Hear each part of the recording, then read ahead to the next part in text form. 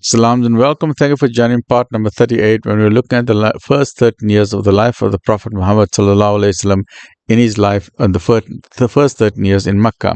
So as we said, the Quraysh leaders, they went to the uncle of the Prophet sallallahu alaihi wasallam to try and bribe him to say, you know what, we'll give you all the riches and everything. And he famously told his uncle, if they put the sun in my right hand, the moon in my left hand, I won't give up this mission, right? So let's continue. So when he resisted with this, the Quraysh then changed their tactics. They realized that the Prophet ﷺ, peace and blessings be upon him, was firm and steadfast in his mission, and no amount of wealth could make him reconsider. So they decided to weaken his resolve by declaring a total embargo on the fledgling Muslim community, and the family of the Prophet ﷺ, the Bani Hashim clan, was exiled for 3 long years towards the outside of Mecca. There was a full economic boycott. No buying and selling was allowed between the citizens of Mecca and the Prophet ﷺ, together with his family and his supporters. Secondly, there was also a social boycott whereby the new Muslims were ostracized from the community. Thirdly, his people were exiled to a narrow valley on the outskirts of Mecca where they had to live in a refugee status. Then the social and economic boycott was very, very severe and harsh. The boycott lasted for more than 3 long and difficult years. During this time, the Prophet ﷺ and his family, his children, and his loyal supporters faithfully persevered through their suffering. The faith of the new Muslims was critically tested during this phase of hardship. When the boycott eventually ended, the Prophet ﷺ's relief was short-lived. Little did he know that he faced an even greater difficulty and double personal tragedies. His beloved wife, companion, supporter, friend, and confidant who stood by him all these years, his beloved wife Khadija radiallahu anha, passed away because of the difficulty of the severe embargo and siege as an outcome of the harsh boycott. In addition, his beloved uncle Abu Talib was his tribal protector and firm supporter, even though he did not become a Muslim, also passed away. So his 2 pillars of strength, in one after another, passed away, and this is also known as the year of grief. The Prophet ﷺ was once again left alone with 2 major vacuums in his life. Despite this personal setback, he nevertheless continued in his mission for which he has chosen. He had to find the inner strength to rise above his personal tragedies and respond to a higher calling that was beyond space and time. This required integrity, fortitude, forbearance, inner strength, and a sterling character. The Prophet ﷺ went to a nearby town of Taif to try and gain support for his mission, because he realized in Makkah he's getting no support. Let me go to Taif. But the town elders sent the street kids to stone him out of the town. Bleeding profusely from his wounds, the Prophet ﷺ sought refuge in an orchard where he prayed to Allah subhanahu wa ta'ala. The Prophet ﷺ did not pray for the destruction or for revenge, but he prayed to Allah that they should be guided to worship the only one God, Allah subhanahu wa ta'ala, and not associate any partners with him. This prayer was answered a few years later when the whole city of Taif voluntarily became Muslims under his rule and leadership. Soon after this traumatic incident in Taif, the Prophet ﷺ was given the great gift of Mi'raj, the ascension to the 7 heavens. Buraq, the animal that traveled at the speed of light, took him from Mecca, then to Jerusalem, and then to the 7 heavens, beyond the furthest boundary of the low tree, where he met his Lord, his Rabb, beyond 70,000 veils.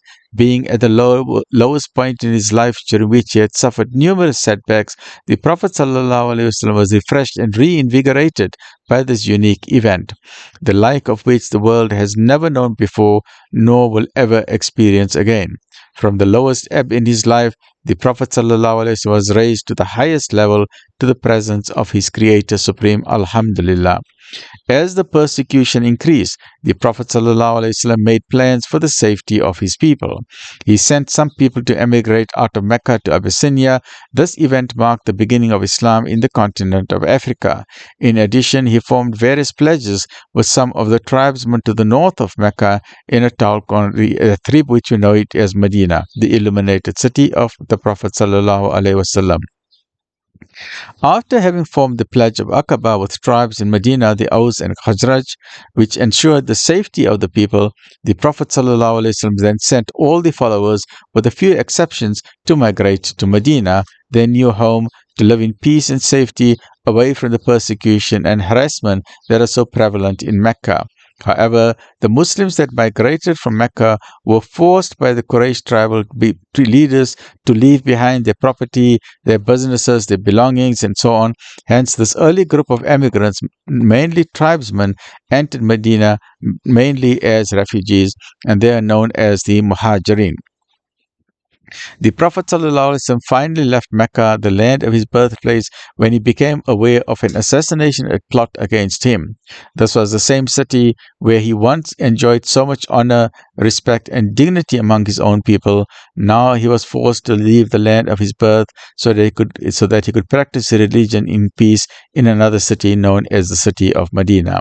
This event of migration of the Prophet ﷺ from Mecca to Medina is known as the Hijrah. It also signifies the commencement of the Islamic calendar. Once again, the Prophet ﷺ demonstrated his genius and strategic thinking by developing a smart plan to evade the enemy and thus give him a head start. He did this in two ways. Firstly, he nominated his cousin Ali radiallahu anhu to sleep in his bed with his green cloak on the night of the planned assassination. The attackers waited the whole night, assuming that the Prophet ﷺ was fast asleep. Only later did they realize that it was not the Prophet ﷺ with the green cloak in the bed, but that it was his young cousin Ali radiallahu anhu. When the Quraysh leadership were informed that the Prophet ﷺ had eluded them, they were humiliated and very, very angry, and immediately offered a very generous reward of 100 camels to anyone who captured the Prophet ﷺ. In today's terminology, they offered 100 BMWs to capture the Prophet ﷺ. Secondly, when the Prophet ﷺ was being pursued by his enemies, instead of traveling north towards Medina as was expected, he traveled south towards the sea and thus gained another advantage over his pursuers, who initially went to a northerly direction. When the enemy realized that the Prophet ﷺ had somehow again eluded them, they spread out in all directions in search of him. Meanwhile, the Prophet ﷺ took temporary refuge for a few days in a cave of Thor with his trusted friend and companion Hazrat Abu Bakr Siddiq radiallahu anhu. At one very dangerous, breath-stopping moment, some of the enemy forces came very close to the entrance of the cave. However, the Prophet ﷺ consoled Abu Bakr, who was very, very nervous and worried at this stage, not to have any fear because God is with them. The event in the cave is recorded in the following verses of the Quran that were revealed to the Prophet ﷺ in chapter number 8, verse 30, which says, "Remember how the unbelievers plotted against you to keep you in bonds or to slay you or get you out of your home. They plot and plan, and Allah too plans, but the best of planners is Allah." And then we see in chapter number 9, in verse number 40, which says, "If you help not your leader Muhammad, it is no matter, for God did indeed help him. When the unbelievers drove him out, he had no more than one companion. There were two in the cave, and he said to his companion, 'Have no fear, for Allah is with us.' Then God sent down his peace upon him and strengthened him with forces which you saw not, and humbled to the depths the words of the unbelievers. But the word of God is exalted to the heights, for God is exalted in might." Wise. Stay well, look after yourself.